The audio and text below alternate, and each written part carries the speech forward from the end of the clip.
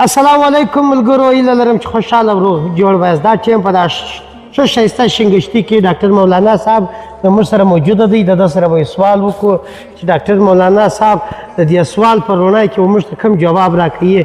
ډاکټر مولانا صاحب یو سوال دی، په دا کمنټو کې هم زیاتره خلک یې کوي د ویښتانو په حواله سره، د چا ویښتان کمزوري او خیزي، د دې په حواله سره که دا زموږ به خلکو ته یو دوې خبرې وکړي. بالکل ډېر خلک چې کوم دی هغه دا سوال کوي، پوښتنه کوي، معلومات کوي، زما ویښتان چې کوم دی هغه دوه سره کوي، زما ویښتان چې کوم دی هغه کمزوري کوي، زما ویښتان چې کوم دی هغه ماتېږي، زما ویښتان چې دی هغه خشکي کوي، زما ویښتان چې دی هغه د وخت څخه د مخه سپین سوي دي، زما ویښتان چې کوم دی هغه ورځ تر بله خرابېږي، زما ویښتان چې کوم دی هغه دی معلومېږي لکه نقلي.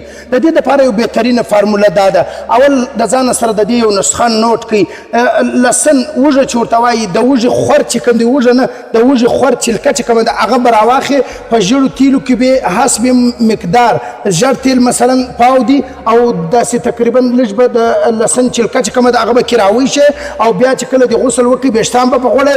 دا نسخه سوله. او د دې دپاره یو بهترینه وظیفه چې د هغه دا ده، وظیفه د هر لمانځه بعد سورة اللیل، بسم الله الرحمن الرحیم واللیل اذا یغشا، دا سورت چې کوم دی هغه د هر لمانځه بعد ووایه، او بیا په لاسو باندې چوکه، او بیا به د خپلو ویښتانو داسې تېروه. انشاءالله ویښتان به مضبوطه میخیږي به نه، خرابېږي به نه، دوه سره به نه، قیماتېږي به نه، او ویښتان به چې پر شپېته کاله عمر به یې، مګر ویښتان به تک توري.